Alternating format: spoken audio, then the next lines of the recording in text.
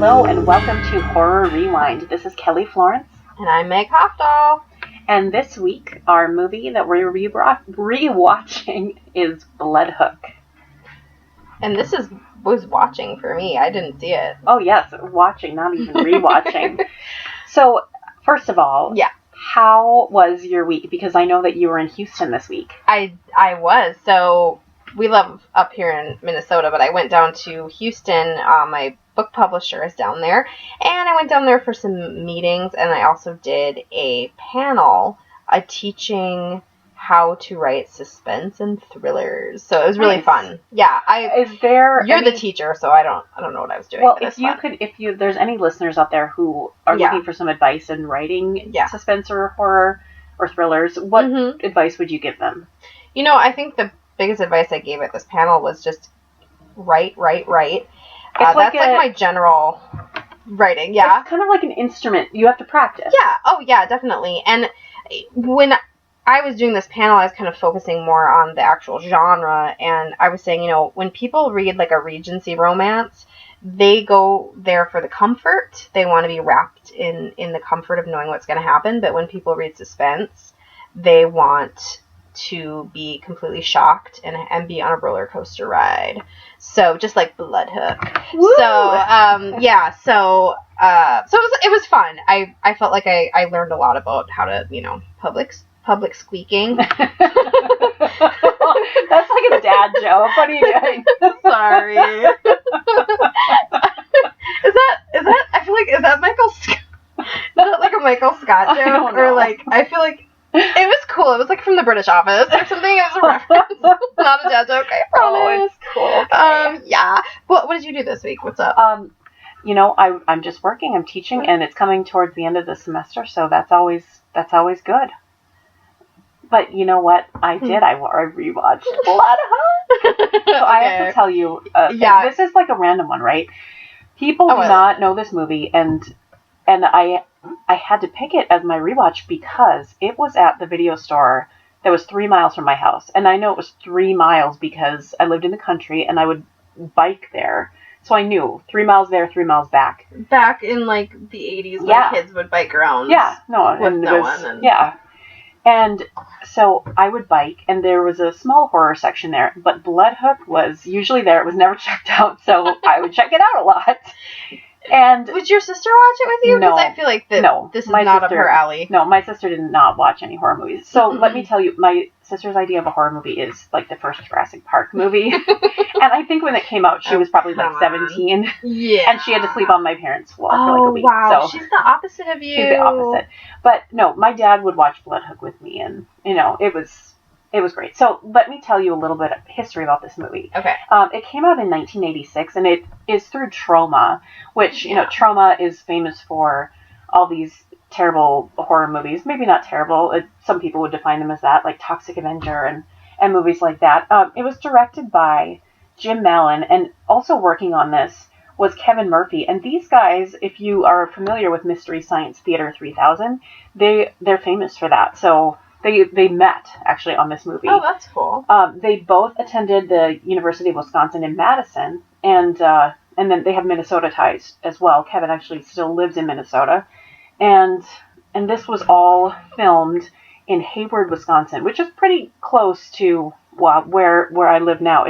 This is in northern Wisconsin. And so I think part of this allure of this movie was it's in Minnesota, we're the land of 10,000 lakes, and it's this northern fishing culture and resort culture and lakes, and the summer, the people coming up from Illinois or from the big cities out to the lakes in the summer. It's this culture, and it was my childhood, and it's still my life. I see a lot of this. That's what I was thinking when I was watching it. I was like, this is why Kelly chose this movie.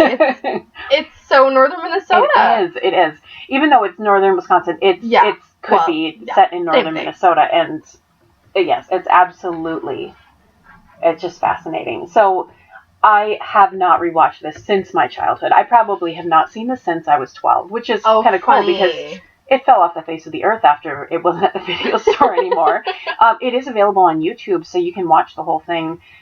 there, but I never got it on DVD. I never saw it on DVD. I think it is available now, but it's been a long time. And you never saw this one. I had never heard of it, never seen it. I do want to encourage you guys to go, if you go on YouTube and watch it, there's some comments. I actually wrote down some of the comments of people who had seen the filming. It was just fun. Wait, the filming? Yeah, this person said, this is Tom J5282. 528. He wrote it 2 years ago. He says, I was up in Hayward, Wisconsin the summer that this was filmed. We watched them build the shack for the movie and do some filming. My brother had a job with the film crew, and I rode with him to deliver the film to Duluth so it could be FedEx to, I think, New York. It was a long time ago, and I was only 16. It was filmed on the Spider Lake chain, and compared to now, was pretty cut off back then. No UPS or FedEx deliveries, TV reception, no videotape rentals.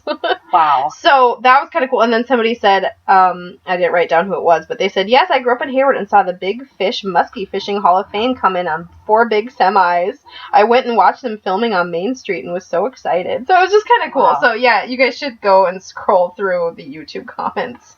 It's fascinating. So this movie, I didn't write down the budget, but I can't imagine it was much of a budget. But it's just fascinating. They start off in this grandpa with his grandson. He's playing this reel-to-reel player on the dock, and Bloodhook, you've got to know, there's going to be some spoiler alerts here, people, but I don't think it's going to ruin your enjoyment of the film. Someone's fishing for people, and it's not going to end well. Someone's literally fishing for people. Yeah. It's not like I didn't know that's what was happening. Wait. I literally wrote mermaids, question mark. Oh, at the beginning? Yes. Because he jumps in. I didn't see anything at the beginning. Oh, okay. So he looked like the grandpa jumped into me with no reason. Oh. And I was like, I said mermaids. I said he just jumps in. Well, and then I was kind of creeped out. I was like, whoa. Well, okay, so here comes a spoiler alert for maybe you got this later. I hope you did. That I think he was a vet. And yes, the music was affecting him. Oh, it was the music. Okay, because the music affected the other guy. Yeah. Don't even get me started on Ludke. Okay. So, first of all, they show this contraption that brings people up and down the hill to the lake, and you just know it's going to come into play later. And it's really just cool. Like it's great. So you don't have to walk. Oh, and then so the tourists, how these tourists are portrayed. They're coming from Illinois and Chicago. They are my favorite characters. That family They're the best. Are my favorite character. I mean, the whole family. I love them. No, they come in their RV. Yes, they are the best. Oh my god, you guys. Okay, so no, these people are the best. The mom. Oh, I love the mom. She's the best. And the son, like his acting. Oh, the mom and the son. They're the best. The mom is obsessed with loons, and she's like us, she can't figure out the difference between Henry Fonda and Peter Fonda. Yes, it's great. She does that typical mom She doesn't know. And she keeps doing a loon call. It is the best. She was my favorite character. I was really disappointed when she died. So something that you hear, and I guess this is true for like Wisconsin Dells culture and that whole northern, not that Wisconsin Dells is northern, but northern Wisconsin area as well, is that these people will come up from Illinois, from Chicago for the weekend, and they call them cityots because they're from the big city and they're coming to our neck of the woods. Shots and fired, and they think that they know what they're doing and they don't really know how to fish. And so these tourists are that, and then these kids that come up too, they too. Of course, the requisite group of teenagers. Yes, of course. Like they're playing music. The old folks don't like their music. All of the people here in northern Wisconsin are portrayed as hicks and hunters and fishermen, and it's a lot of stereotypes. I mean, obviously for some humor, but yeah, it's the Illinois kids are very cultured and cool. Oh my god, they're so cool, so 80s cool. Like I wrote down a quote. One of the local girls says to one of the cool girls, she's like, "I like your hair, it's great," and she's like, I've been in the car all day. Yeah. That was her response to her saying she liked her hair. I'm like, wow. Bechdel test passed. yeah, there was the Bechdel test. They talked about hair. The Muskie Madness Contest. Yes, which was the original title of this movie. It's So this is the thing, and I remember my dad explaining it to me when I watched this when I was little. He's like, these musky fish are so big that they use these ginormous lures. He didn't use the word ginormous, but I am. But these lures are so huge, and you're like, well, this is ridiculous. Why would you ever use a fishing lure that big? But the muskies are so big, you need them. And they're great for catching people. Oh my gosh, I couldn't even believe, I came into the movie not knowing, like, what. You didn't even know what it was about. No, I had no idea what it was about. I didn't know who the bad guy was going to be. So, when it literally is somebody getting wrapped up in, like, a fish... It was the mom, right? Yeah, she got, the first... Darn, I liked her so much. She got lured in by a loon. It's so great. Her spin on the dock before she gets... It was the best. It was magnificent. It's my favorite. I wrote... The Trumper, the guy that obviously voted for Trump, the guy that has so many guns in front of that nice cabin. And might I add, that cabin I would actually stay in. Oh. How many horror movies would you say that about? Not a lot. No one's going to stay at the Evil Dead cabin. No one. Right. But this cabin was really nice. Yeah, it's true. Okay, so there's this fishing contest. Yes, musky madness. You can just tell there's some people trying to rig it by putting a pipe in the fish, and there's the guy who's feeding the fish. They've never seen a lake. He's just feeding them to get them too heavy. And this in that fishing culture is heresy. This would be crazy. There's a lot of fishing culture in this movie. But you know what? I know we're talking about the mom who just got killed with her loon call.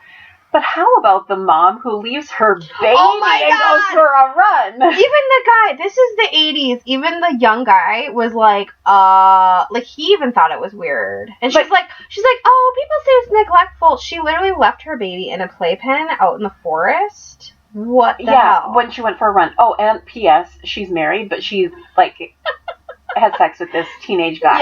Yeah, her moral compass is a little broken. So I wrote 3 exclamation points after that. She left that her part baby. was just like, wow. I mean, come on. And wait a minute, the baby almost succumbed to the. Yeah, that hook. part was scary because the baby was like by the water. Because again, 80s mom, she's like, there's no murderers out there. She just let him go, and the hook got his leg or something. Yeah, no, the hook got the baby's and he was leg. like a little. That part that was is scary. Something I did not remember. Worried. I know. I was worried. So these things affect me more now than they did back then. I know. Also, another Bechdel test passed here. The 2 Illinois girls have a conversation on the dock. That's when I was like, well, I guess we passed the Bechdel test. They were talking about meditation. Yes. So I was never really scared of this movie, obviously. It's cheesy and it's silly and it's funny, but it's not as cheesy as I thought I remembered it being. I mean, obviously... There's some good gore in it. Yeah, there's some good scary parts. And despite its comedy... it gets at that thing of the horror of real people doing horrific things, and that's what makes it scary. Is that this is just a guy, a creepy guy, and he's not. You doing guys, things. It's Ludke. He was so sweet in the beginning. They make you think it was the guy that they dressed up to look old. Okay, so yeah, red herring. And let's put in as many fish puns as we can. Yeah, they did. Okay, so that guy, nice he absolutely, they did say nice. That guy absolutely, had gray in his hair, but then in the later scene in the boat, he has brown hair. So this guy is not old, and they tried to make him look old. Yeah, they were really trying to age. They put, a hearing aid on him, and so it was awkward. Oh. Yeah, but he wasn't the bad guy, you guys. It was Lucky, who was so sweet. But you also think it's the paranoid bearded man, who ends up being the jogging woman's husband. Oh, the guy with all the guns. Yes, that's also a red herring, and he's not the bad guy. Nope. How does he die? Does he die? I don't remember. I don't remember either. There was a lot of people died. So there's this night swim. They go for this night swim. Come on, guys. And that sounds lovely. This is post Jaws. What are they thinking? But so first of all, I would love to night swim, but probably in a pool, not a lake. Yeah. Because if I felt a fish swim by my leg or a hook in my back, it would be over. Oh gosh, there's so many good hook moments. The guy loses his ear. That's one of my favorites. Did you when you were a kid? Yes, were you like, I remember. Okay, this is amazing. Yes, I remember the hook. You guys, he was killing these people to feed to his minnows. Was that what it was? Well, to feed. Well, he was muskies? grinding them up to be fish bait, basically. Yeah, he was grinding people. They show him grinding. That was kind of cool. This, I'm skipping ahead for a moment, but you know how when you string fish under a dock or whatever, you have to put the pole or the hook thing through the bottom of their jaw and up through their mouth? They do that with the people in this, and that is looked good, though. It looked so good, and it was terrifying. When he does it to the guy who loses his ear, it looked terrifying. Good. Yeah. Like that, I was like, wow, for like, a low budget, sort of on the cheesy end type movie, that it looked really good. And when he's pulling all the bodies from underneath the dock, I mean, it's a little funny, but it's also creepy. Yeah, it's totally creepy because he's killing these people and he's just got them floating down there. Yeah. It's disgusting. Okay, the boy says something fishy's going on. and I was wondering, they keep showing these people fishing at night. Do people really fish at night? You're not the person to ask. No, I'm literally not. I'm sorry, I just saw a note I wrote. He has intestines and ice cream in his fridge. Did you notice he had intestines in his fridge? Didn't. And just ice cream. Oh. Remember when they found the intestines in his fridge? Yeah. Oh, and also what was so funny, I was talking about Jaws, and this is such a Jaws thing, was, like, the mayor doesn't want, or was it the mayor or somebody, like, they don't care that there's murder. Like, the most important thing is the Muskie. The Muskie Madness contest. We can't let that happens in so many horror movies where they're like, no. The chief of police doesn't want to, Yeah, we don't care that there was a body. Like, that's not a big deal. Oh, Rodney. Do you know who I'm talking about? Rodney. Which one is Rodney? With the earring. Oh, yeah. He was, like, one of the best characters. I know, he was. He died too early, too. I know. Loved him. He said something great, like, oh, some fish had, like, a clip on it. He's like, yeah, it's the 80s. Everybody wears cool shit in the 80s. I'm like, okay. Something that surprised me about this rewatch, I actually related more to the older people being annoyed by the young people's music. And I understood, like, that they just wanted it to be silent once in a while, because that is so rare in my life, if there's no noise. Yeah. And so I'm like, oh, I'm like an old person now. I think that's fair that you're relating to the old people. That's what happens. That's really what happens. So speaking of silence and noise, this is a spoiler, but what the explanation ends up being is that the combination of the cicadas, which are these... What? I didn't even hear that part. Yeah, the bugs, the combination of the cicadas and the notes that they play at or make their sound at, and the combination of that and music actually drives these vets crazy, in this vet in particular, because they did experimental things on him, and he's got plates in his head and all that. Right, he's got metal in his head. I got that part. And then so it's his so stupid, but it's also brilliant, right? Well, yeah, it's actually kind of a more complicated, sort of thing going on. Right, it's not just... He's not in a movie called Blood Hook. Right. He's not just a bad guy. There's a reason he's a bad guy, so... and it's also, for a Troma movie, it doesn't blatantly, like, wink at the audience as much as... No, it was pretty straightforward. Yeah, no, it was definitely straightforward. I mean, I think, again, it has cheeky moments, but yeah. Yeah. The guy... Okay, remember that you don't remember the intestines in the fridge? I don't know why. He was holding the intestines, and he's like, the sheriff won't buy it. There's no bodies. Oh, yes. No, I do remember that. And I was like, I feel like this bowl of intestines that could maybe probably be good evidence, but yeah, he said they couldn't charge with murder if there was no body. If there was just a bowl of intestines. They could have just followed There were so many great quotes. I wrote Kirsten, she's the stereotypical, like, cool girl. She's like, fishing is rude. That was one of my favorite ones. There's a few more puns. They talk about flapping your gills. They were fishing for something like compliments. And then they talk about somebody being a sucker. Oh, the boom boxes were fantastic throughout. Oh my gosh. I said Saved by the Boombox. Yes. Saved by the Boombox. And I said, would an iPhone have worked? I don't think so. It needed to be a boombox. So the contraption that brings you up and down the hill, it came into play again when the girl needs to get away.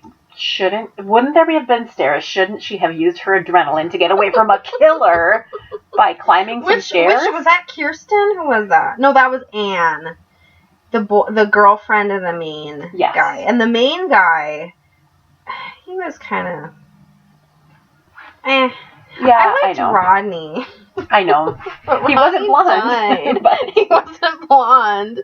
But yeah, the main guy was alright. He like had this connection that his grandfather was like the guy in the beginning who died and stuff. But I liked when near the end when Anne is like in the refrigerator talking. Do you know what I'm talking about? Yes. She was just casual. Like how... Okay, first of all, don't try this at home, kids, because you would not survive overnight in a refrigerator. And she was just, like, chatting. She was so casual about that this murderer who was grinding up She was very people. calm. She was really calm. So there was no moment where somebody had to say, calm down, woman. So that was nice. Something that I thought was going to come up, and I thought maybe I had blocked it out, the cover art for Blood Hook, and we posted it on our social media, is a woman is scantily clad in a bikini and getting hooked with a fish hook. And I was like, oh no, there's probably a bunch of gratuitous nudity and all of these women being objectified, but there really isn't. And that moment never happens.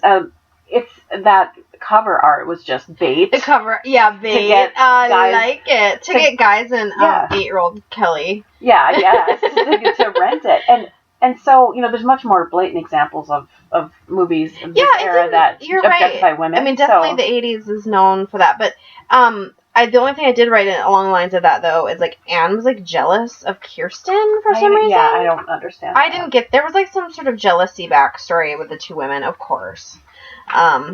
But, yeah, that's true. There wasn't even, like, a bikini scene or anything like that. Okay, questions. Did it live up to your memories of it? It sounds strange, but it was better than I remembered because I truly thought it was more cheesy than it was. And that cover art stuck in my memory. I was thinking it was going to be more sexualized and stuff. And it wasn't. It was actually... It had some good moments. There were more fetishizing shots in Carrie of women than of women in this movie. Did any scenes stand out to you in the rewatch? The creepy putting the hook through the guy's chin and stringing him like a fish. Yeah, really stuck out with me. Like that was well done. That was a good scene, and it was terrifying. Is that like their commentary on? Yeah, maybe of what do we do sustainable to fish? Fishing.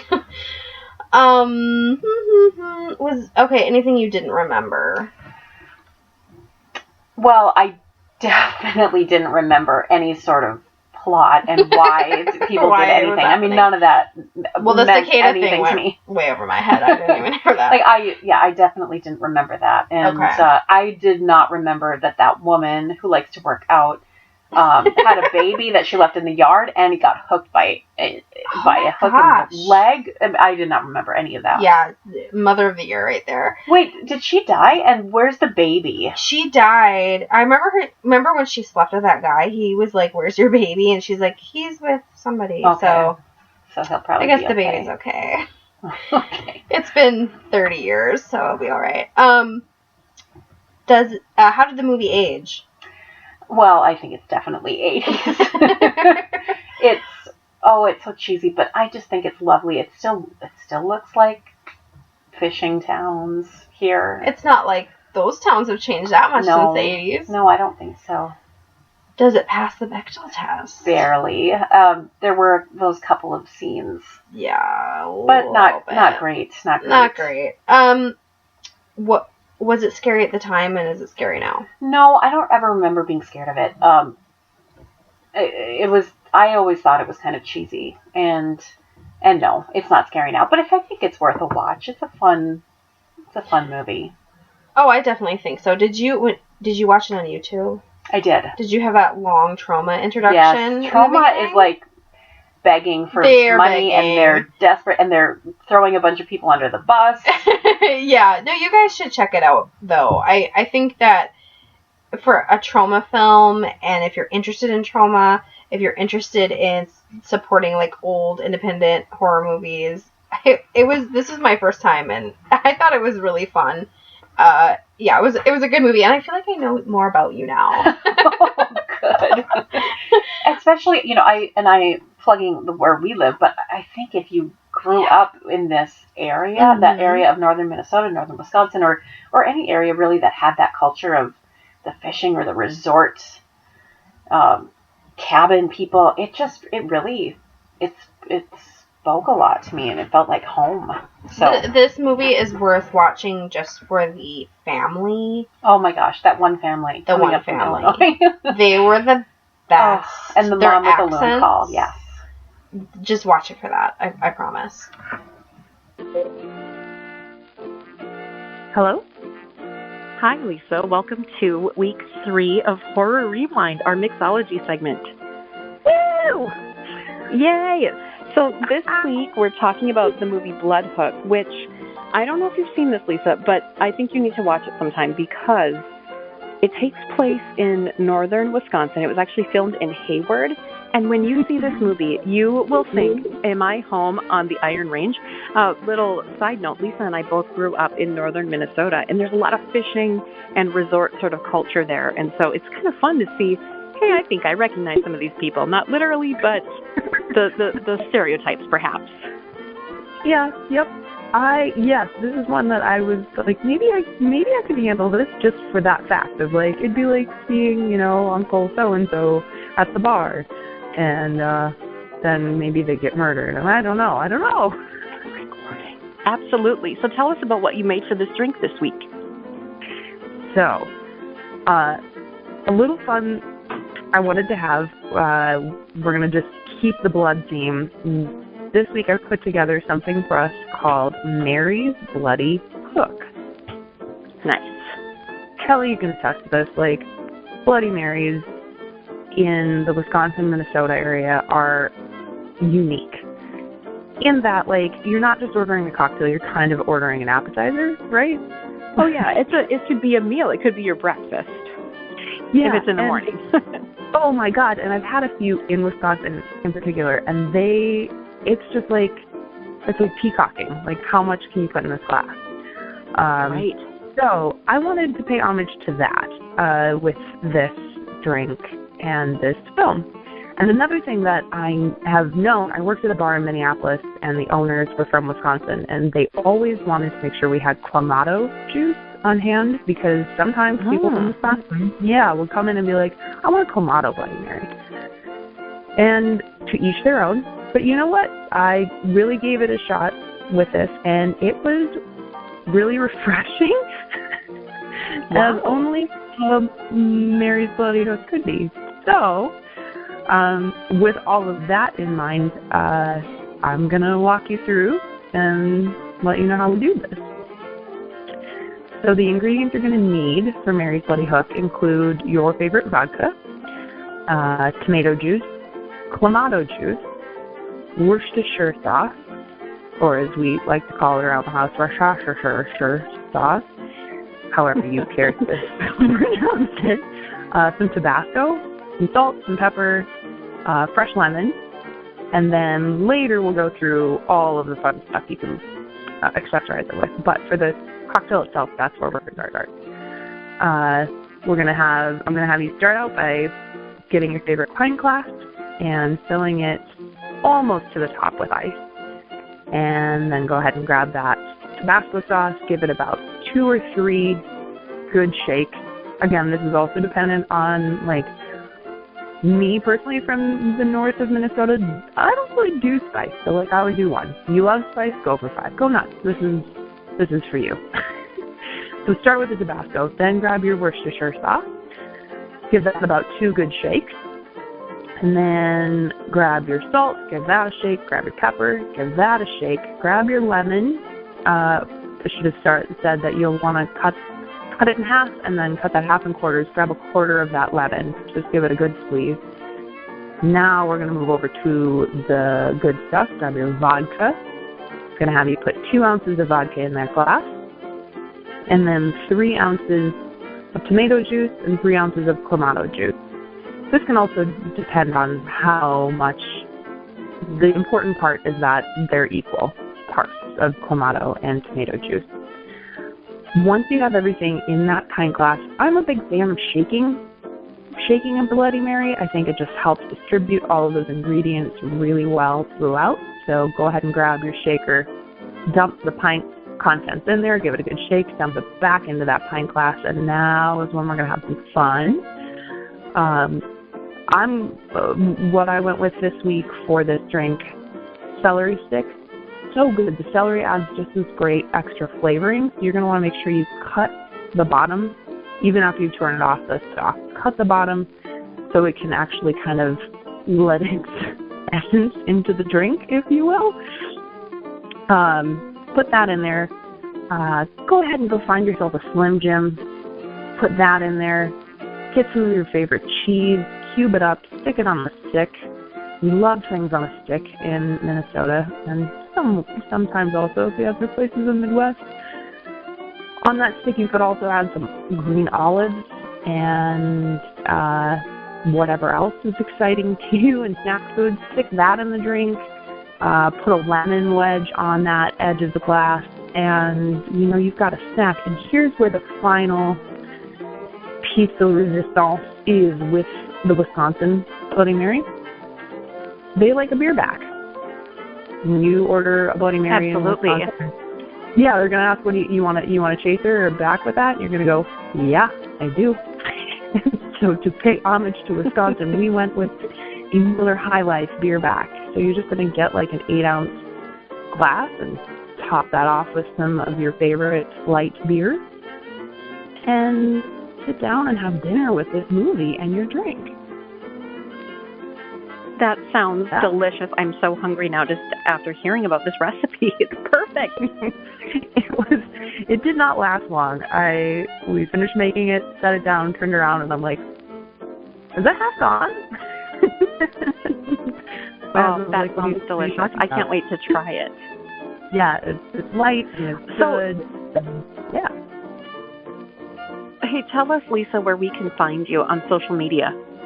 Oh, you can find me on the Instagram at Lisa Ann Bowl, and you can also see what I'm up to on my website, which is just lisabowl.com. Great. We will also be posting photos and the recipe of this drink, and then eventually also you'll be seeing it on our YouTube channel. We are so excited. So follow us at Horror Rewind on all of our places, and enjoy this drink as you watch Bloodhook. Thanks, Lisa. I'll talk to you next week. Take care, Kelly.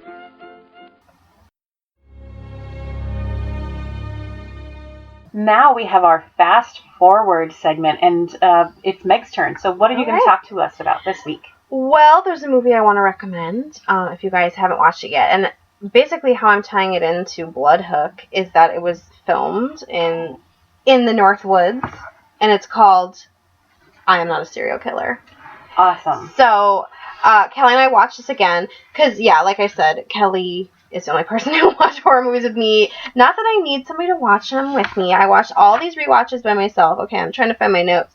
I Am Not a Serial Killer is just a really good, and, it's independent, just like, well, I don't know if you can call Bloodhook independent. It's a Troma film, but I Am Not a Serial Killer is just a really good movie. Like, I enjoyed it. So, interesting fact, it was filmed in mostly or all in Virginia, Minnesota, and that's near where Meg's husband is from, and near where I am from. And so I grew up visiting this town and working in this town, and to see it on film is it's just fascinating to see a place that you're from. It was really cool, and that's why we started watching the movie, because I was like, well, I just want to see this movie that it's filmed in my husband's hometown, and it actually ended up being really good. It's starring Christopher Lloyd, which we all know from, well, I know him from Clue. That's my favorite Christopher Lloyd movie, but most people like Back to the Future. Max Records, who's the little boy in What's the name of that movie? Where the Wild Things Are. And Laura Fraser, who is in Breaking Bad, which we all love that. And it's just an incredibly atmospheric, good movie about this guy, this kid in high school, and it's based on a novel. I believe it's a British novel, but the movie is all American actors. And he has these sort of urges to kill, and he ends up in this small little town. And apparently the town in the book is in North Dakota. But yeah, it was filmed in Minnesota. And he sort of witnesses this murder. And, well, I won't give anything away. But anyway, it's just a really well done movie. I watched it twice because my husband actually would watch this one because it was filmed in his hometown. He did cover his eyes. But it's just a really sort of slow, but in a very moody, well-paced way, and it's just a great movie. It's on Netflix. It's brand new. It just came out last year. Anything else to say about it, Kelly? What did you think? Well, something that I love about it is the storytelling and how they reveal the story through imagery and just the small conversations that he's having. And I won't give away any spoilers either. I think you should go watch it. But it's just so well done, and it builds well. And the actor is great. And I haven't seen him in anything besides this, but the lead. What's his name? Max Records. Yeah. But I think he's got a future, more of a future. I mean, he's obviously done stuff in the past, but great actor, great mood, excellent storytelling. Yeah, and I haven't read the book. It came out in 2009, and it actually looks like 5 installments of this. It's the John Wayne Cleaver. Well, it's supposed to be a trilogy, but then they actually added a 4th and a 5th. So the 5th one came out called Over Your Dead Body, came out in May. I haven't read any of them, but I was really intrigued when I saw that. I was like, oh, that'd be kind of interesting.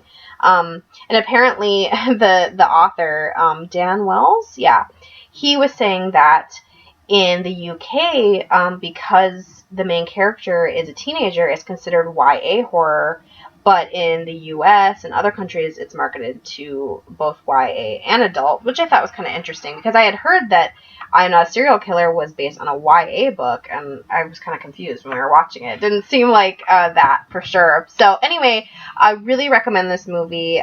It's just a really well done sort of horror thriller, very kind of quiet, good movie. And another thing that's interesting about this, and talking about young adult fiction and horror, it's another perspective of high school and high school life and life in a small town, and I think all of that is fascinating.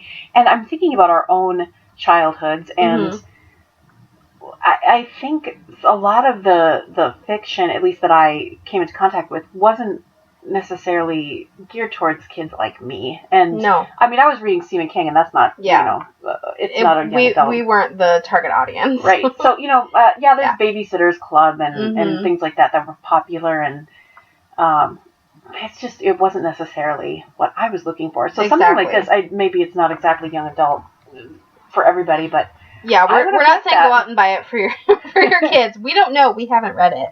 But it's so cool to know that those books, YA horror, why wasn't that around? Yeah. I mean, I guess I was reading Goosebumps, but that's not the same, you guys.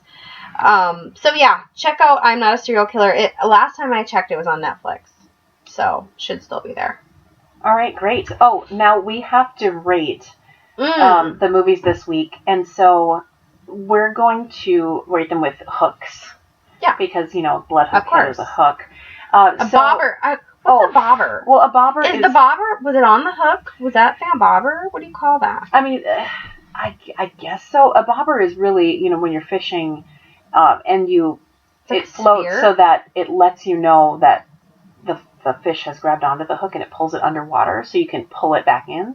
So what was that thing on the hook? I think it was just like part of the hook. Yeah, it was part to hold onto the hook so that you can move it, and it looked like a fish. He was strong, by the way. He could pull people. Oh yeah, he had some thick line there. Yeah, he had some thick line there, you know.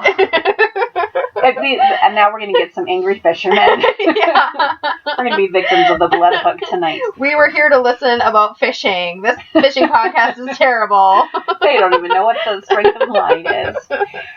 Okay, so our rating system: 1 hook being not great, terrible; 10 hooks being I loved it. It was amazing. What would you rate Blood Hook? I mean, it's so hard. Wait, let me rate it first. Yeah, you rate it first. Movie. I'm going to give it 5 hooks. Okay. And I think 5 is generous.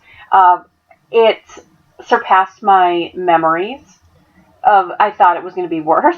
So it actually surprised me that it wasn't terrible. So I'm giving it 5 hooks. What would you give it? You know, I think I would give it, I'll give it 4.5 hooks. Because I agree. I actually thought it was going to be worse. Yeah, it was fun. I'm glad I watched it. It was cheesy in a kind of a delightful way. Not in an obnoxious way. Not in an obnoxious way. There are some cheesy and not in a movies. boring way either. I wasn't bored. Oh, but would I go out and tell horror fans you've got to watch Blood Hook? Maybe not. Yeah. Maybe not. Oh, something I should mention is we might disagree in the future, and that's okay. And so you'll just hear a microphone across the room. No, yeah. That will be fun when we have some more polarizing movies. So if I pick a movie and you hate it, it's okay if you tell me that, and vice versa. I know when I was writing the notes for Night of the Living Dead, I was like, I felt like everything I was writing was sassy, and I was like, Kelly's gonna talk about how like this movie has like changed her life and it's so important, and I'm gonna be like, that was so stupid when they did that. So no, it's okay if you insult any movie or Blood Hook or whatever. Yeah, ditto. Okay, so yeah, okay. The hook rating also we're using for I'm Not a Serial Killer. Okay. How many hooks would you give it? I'd give it 8 hooks. It was a really good movie. Yeah, I think 8 is my number as well for I'm Not a Serial Killer. It hooked me, but okay. We can't do any better than that. That was good. So remember, if you're looking for us and information about our podcast, you can find us at Horror Rewind on Instagram, Twitter, and Facebook. You can also find us on our YouTube channel. You can find us anywhere you find horror movies. We're probably there. And Meg, if we want to read some of your short stories, do you have any fishing stories? No, but I do have a short story called The Pit that's going to be featured on, and it takes place in the water, and that is also in northern Minnesota, right? And also in northern Minnesota, and that is going to be featured on the Wicked Library podcast. They are producing it, and so that's sort of a tie-in. That'll be next month, I believe. Okay. But I also want to tell people we'd love to hear from you. So let us know if you've watched Blood Hook and what you thought about it. And also hit us up about our next movie we're going to be watching. Oh, so we're going to put a link to the podcast that Meg's story will be featured on. Yes. And then also we're going to preview our next episode, which is Meg's choice. And Meg, what did you pick for next time? I picked a very important movie to me, Hush, Hush, Sweet Charlotte. All right. Awesome. Well, we look forward to seeing you.